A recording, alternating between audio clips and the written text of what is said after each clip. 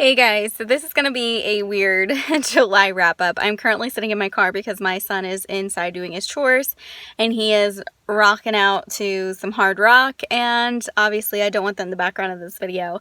So I am going to quickly film this in my car because it is a 90-degree day and it's going to get warm in here pretty quickly. I'm not gonna lie to you guys, this month was a very slow reading month for me, and it was middle of the road books, nothing amazing. There's not going to be a lot of description in this video, unfortunately, because I don't even remember what half of these stories are about, and I can't even remember the characters' names. It was just that kind of reading month for me. So the first book, I might get a little mixed response for, and that is Little Fires Everywhere by Celeste Ng. I just really think this author isn't for me. I've tried her books before and they just don't capture my attention the way that I would like them to.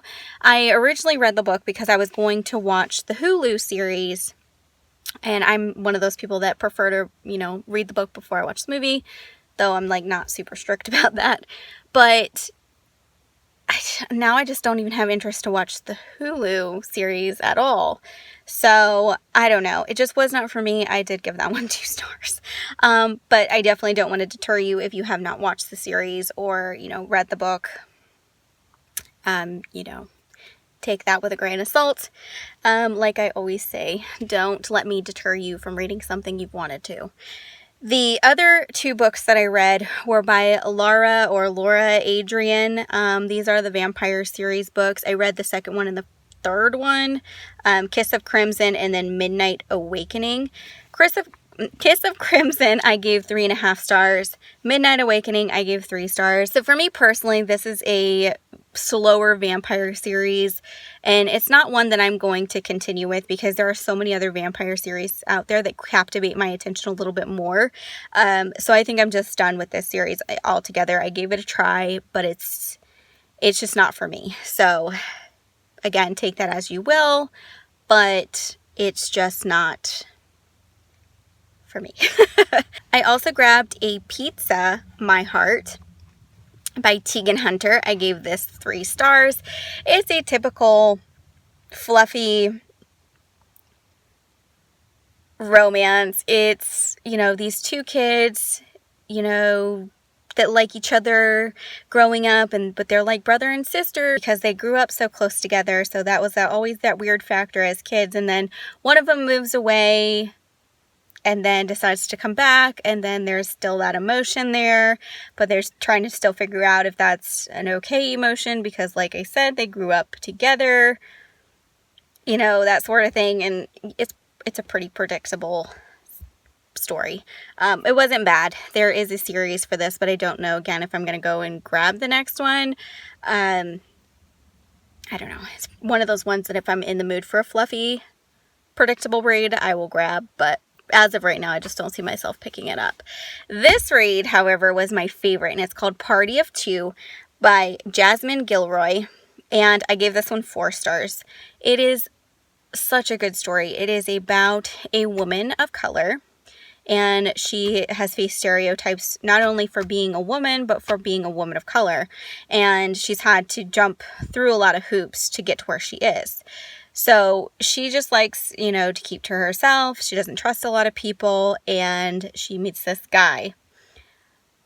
And this guy happens to be a public figure, and, she's just like, I'm not about that. So it kind of goes from there, but I really, really, really, really, really loved this story, and I'm definitely going to be checking out more by Jasmine Gilroy. The last book that I read was Warbreaker by Brandon Sanderson. I gave this 3 stars.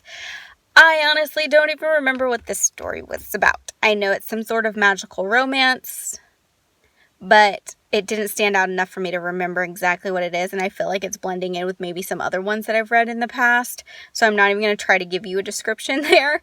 All I'm going to say was a magical, fantastical romance situation that just didn't quite stick with me. So I'm sorry guys, this month is This month I'm not doing the best with my reading, but I will tell you guys some stuff that I've been watching. I watched Practical Magic. That's one of my favorites. I can watch that over and over and over again. So I watched Practical Magic. I watched Scoob with my kids. It was cute.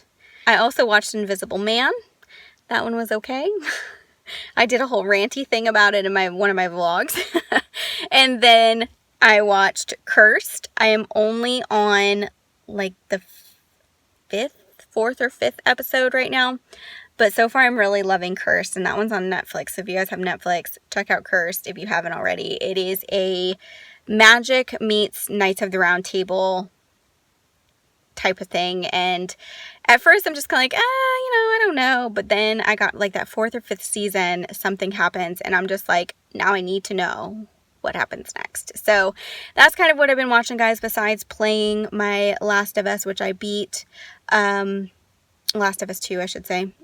And I'm currently just playing some other Assassin's Creed games, but that's it, guys. Like, I haven't done a whole lot of reading. It is summertime, though. I tend to slow down during the summer.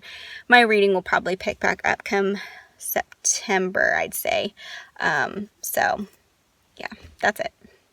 Not the best reading vlog that I've done, but I will see you guys next month for another one. All right, bye, guys.